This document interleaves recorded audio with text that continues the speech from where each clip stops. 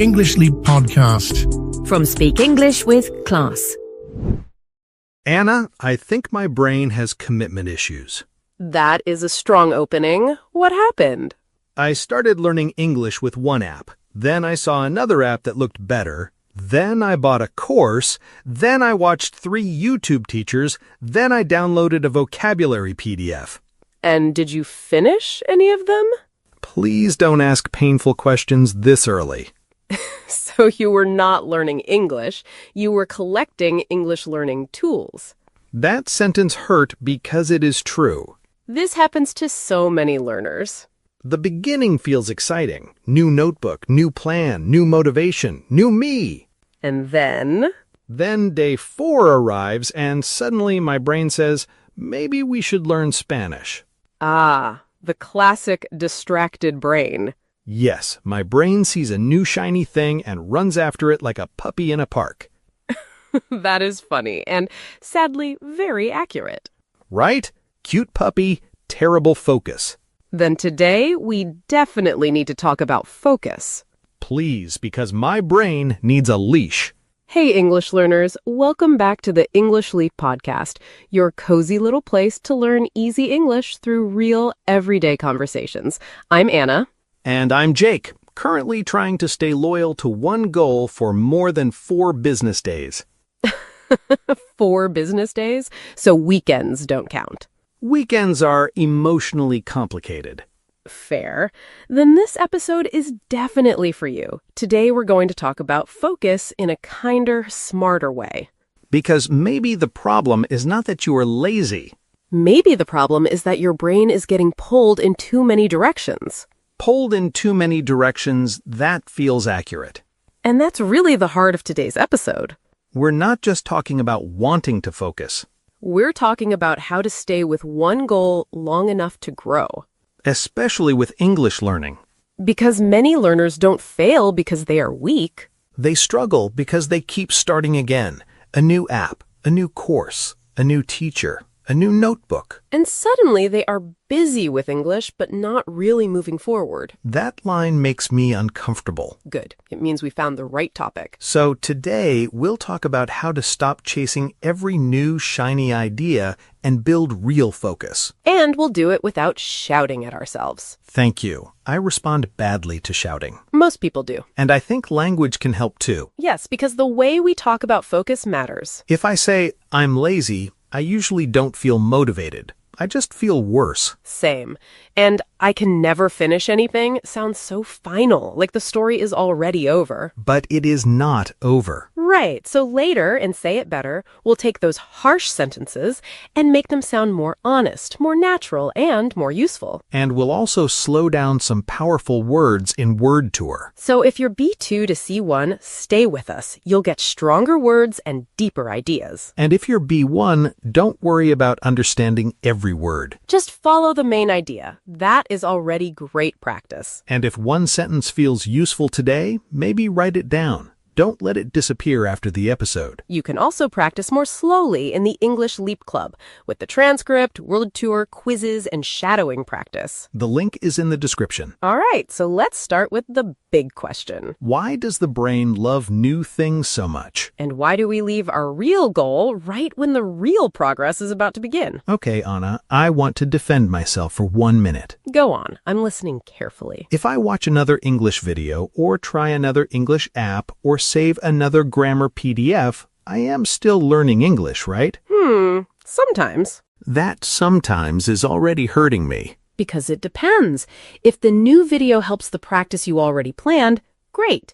But if it pulls you away from the practice, then it becomes a distraction.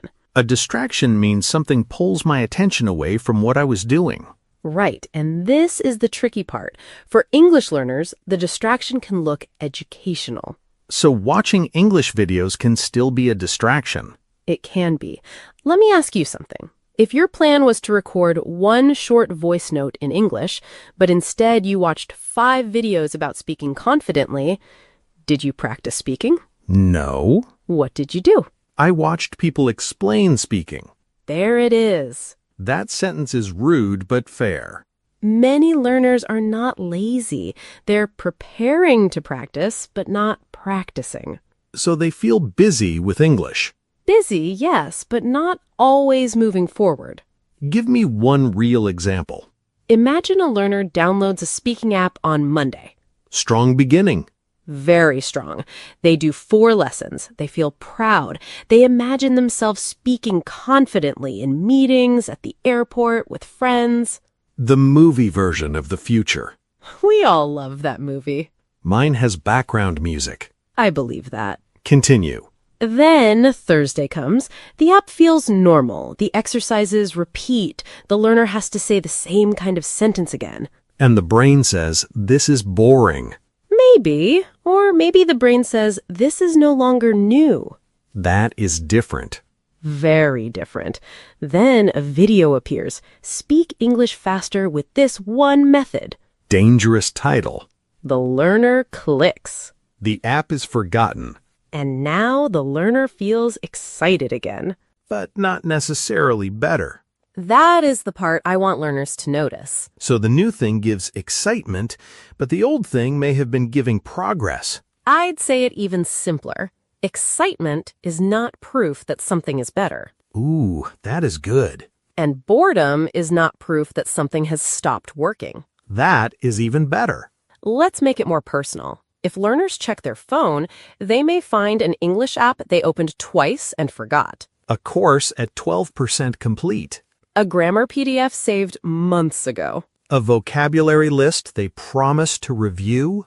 A WhatsApp group called Daily English Practice where the last message was, let's start tomorrow. Too real. But here's the important part.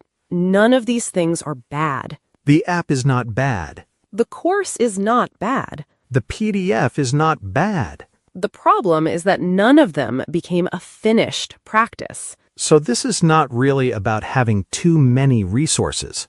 Not exactly. It is about leaving too early. And that pattern has a name? We can call it method hopping. Method hopping. Method hopping means jumping from one method of learning to another before giving one method enough time to work. So the problem is not changing once. No. Changing once can be wise. But changing every time practice feels uncomfortable is the problem. That's closer. Closer? I thought I nailed it. You nearly did. It's not only discomfort. Sometimes it's boredom. Sometimes it's doubt. Sometimes it's that little voice saying, maybe there is an easier way. Ah, so method hopping can hide behind smart reasons. Yes, it can sound very reasonable. This app is not perfect. This teacher speaks too slowly. This course has too much grammar. This podcast is helping me, but maybe another one is faster. That last one feels personal. It should, because if something is already helping you, leaving it too quickly may cost you progress. So why does the brain do that? Why does a new thing feel so powerful? Because the brain loves novelty. Novelty means the excitement we feel because something is new. Yes, new things give the brain a little spark. A new app feels full of possibility. A new teacher feels fresh. A new course feels like a clean start. And the old method feels normal. Yes, and normal can feel boring, even when it is helping you. So maybe the method did not stop helping me. Maybe it just stopped feeling new. That is the episode. Pretty close. So my brain is not evil. No, just easily impressed. Like a puppy that sees something moving and wants to run after it. Exactly. And focus is gently bringing the puppy back. Back to the lesson. Back to the practice. Back to the thing that was already helping. Okay, but I want to push back. Please do. What if the thing I started really is not helping me? Then change it. Wait, really? Of course. Staying focused does not mean suffering with a bad method forever. That is a relief. But first, ask, did I give this method a fair chance? What counts as a fair chance? Not one day. Painful. Not one video. More painful. Maybe 1 week. Maybe 2 weeks. Enough time to practice, repeat, and notice something. So if I try speaking practice for 2 days and quit, that is probably not a fair chance. Probably not. But if I use a method properly for a few weeks and it still does not fit my level or goal, I can change. That is not method hopping. That is intentional learning. Intentional means chosen with purpose. Yes, you are not reacting to every shiny thing. You are making a decision. So method hopping is emotional switching, Nice. and intentional learning is thoughtful switching. Very nice. I'm having a good sentence day. Don't let the novelty go to your head. Too late. Let's talk about the damage before you become impossible. Fair. If you keep method hopping, the first problem is this. You become a strong starter, but a weak finisher. That sounds painfully accurate. You get good at downloading the app, choosing the course, saving the video, making the plan, Setting up the notebook. choosing the perfect pen. That is important. Is it? Emotionally, yes. Fine. But none of that matters if you never finish the practice. Strong starter, weak finisher. That is the danger. What else? You break your momentum. Momentum means progress that keeps moving because you keep going. Yes. When you practice English for several days, your brain starts to warm up. Your mouth remembers phrases, your listening becomes faster. English feels less far away. But if I keep switching, I keep starting cold. That's a better way to say it. Starting cold again and again is tiring. Very tiring, and it makes learners feel like they are always beginning, but never growing. That is the feeling many people have. I know. So what do we do when the brain sees something shiny? 3 things. Good. My brain cannot handle 11. First, park the idea. Park the idea. When a new English idea appears, don't chase it immediately. Don't open a new tab. Don't leave your lesson halfway. But what if it really looks useful? Then write it down. That simple? That's simple. Watch pronunciation video later. Good. Check grammar course later. Good. Try speaking app later. And then return to your current practice. So I am not rejecting the idea. No, you are protecting today's practice. I like that. The goal is not to fear new ideas. The goal is to stop obeying them immediately. That is strong. Second, take 5 quiet minutes before you practice. No phone? No phone, no scrolling, no short videos. Just let your brain arrive. Because if my brain is overstimulated, normal English practice feels slow. Careful. It may feel slow. That does not mean it is useless. Right. Overstimulated means the brain has taken in too much input. Yes, too many videos, sounds, messages, and choices. So the lesson may not be boring. My brain may just be too full. That's the idea. And the third thing, Finish one small thing. not the whole course. No. Not a 2-hour speaking routine. No. Thank goodness. Finish one small thing. 10 shadowing lines, 5 sentences, 1 short voice note, 1 vocabulary review. Small enough to finish. Yes, because every small finish teaches your brain, I can continue. And that builds momentum. It starts momentum. Oh, good correction. Momentum grows when you repeat the small finish again tomorrow. So today gives proof.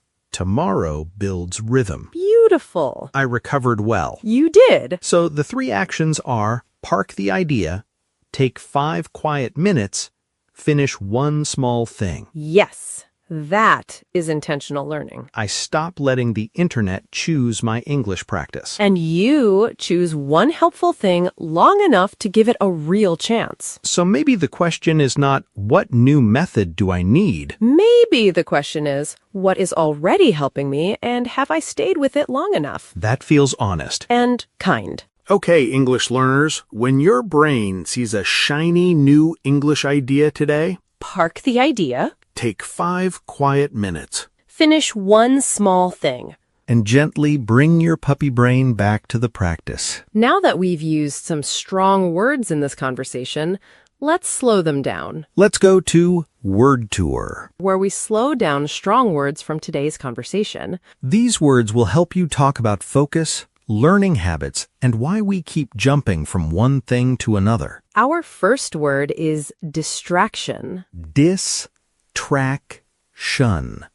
Distraction. A distraction is something that pulls your attention away from what you were doing. Like when you open one English lesson, but a new video title pulls you away. You can say, that video became a distraction and I didn't finish my lesson. Or maybe your phone keeps lighting up while you are trying to practice speaking. Then you can say, my phone is my biggest distraction when I study. And today, we learn something tricky. Yes, sometimes the distraction looks useful. A grammar video can still be a distraction if it pulls you away from the practice you planned. That is why the word is so useful. Our second word is novelty. Novelty. Novelty. Novelty means the excitement or interest we feel because something is new. When you download a new app, novelty can make you feel very motivated. You can say, the novelty of the new app made me excited at first. Or maybe the excitement becomes weaker after a few days. Then you can say,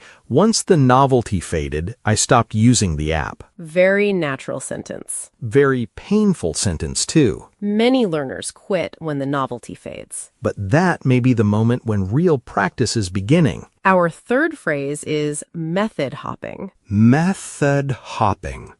Method hopping. Method hopping means jumping from one learning method to another before giving one method enough time to work.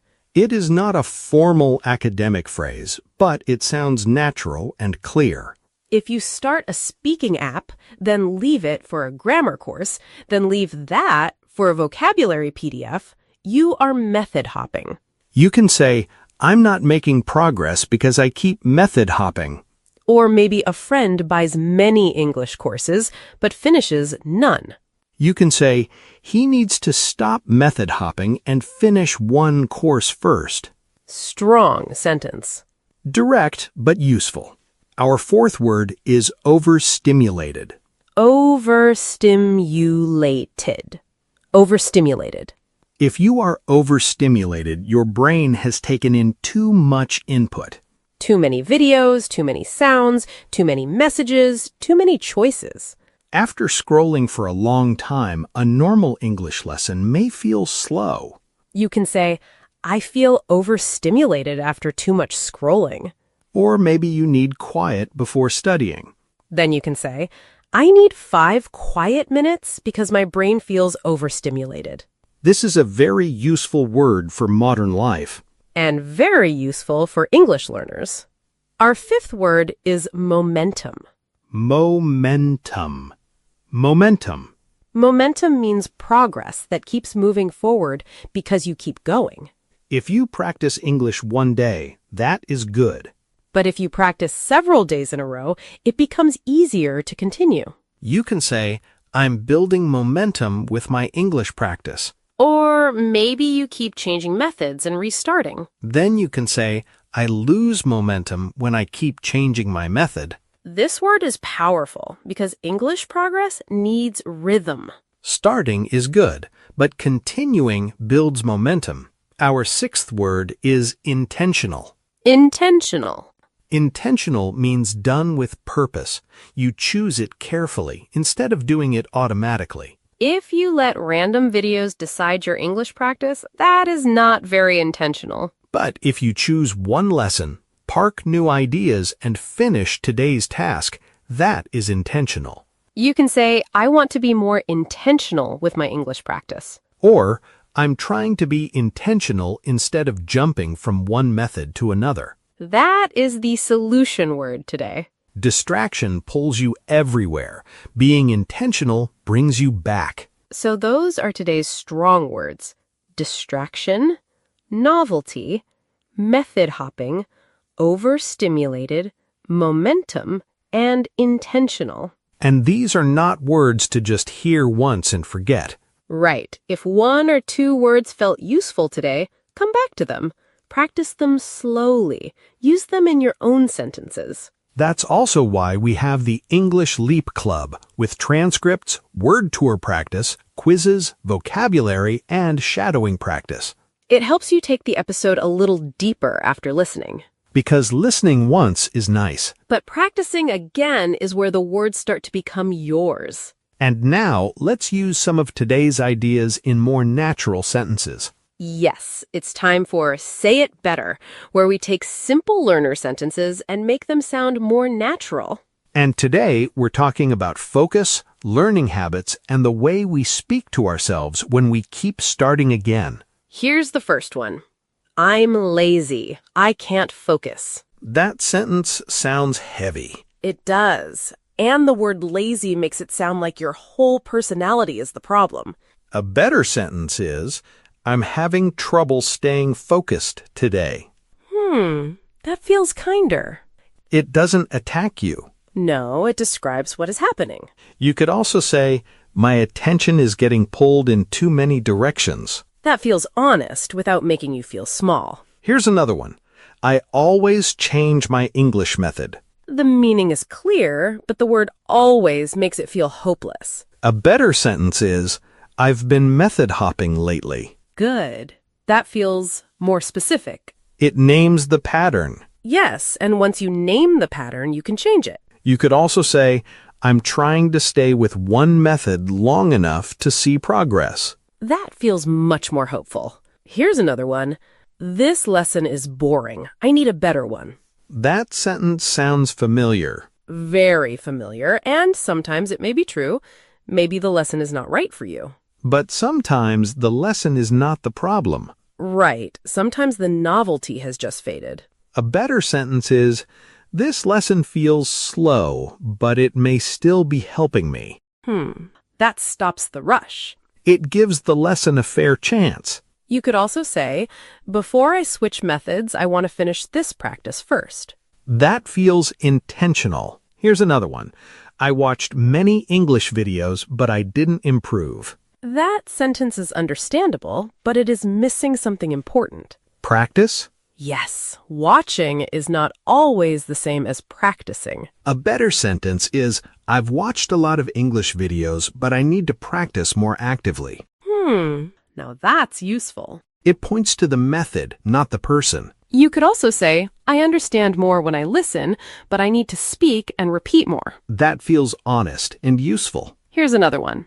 I can never finish anything. That sentence feels final. It does, and never closes the door. A better sentence is, I often start things, but I'm learning how to finish small tasks. That feels less final. It tells the truth, but it leaves room for change. You could also say, I'm building the habit of finishing one small English task at a time. That feels practical. Not too big, not too dramatic. Here's the last one. I need a new app to improve my English. That sentence might be true sometimes. But not every time. Right. Sometimes you don't need a new app. You need to use the helpful thing you already have. A better sentence is, before I try something new, I'll finish today's practice. I like that. It doesn't reject new tools. No, it just protects today's progress. You could also say, I'll park the new idea and come back to my lesson. That feels calm and intentional. And honestly, much better than opening 12 tabs and calling it studying. Very true. And before we finish, choose one small English practice for today. Not 10 things. Just one. Park the new ideas. Take 5 quiet minutes. Finish one small thing. And stay with what is helping you long enough to grow. See you in the next episode. Bye for now. Your progress doesn't end here. To continue advancing your English skills, click on the next video or explore the additional videos we've thoughtfully selected for you.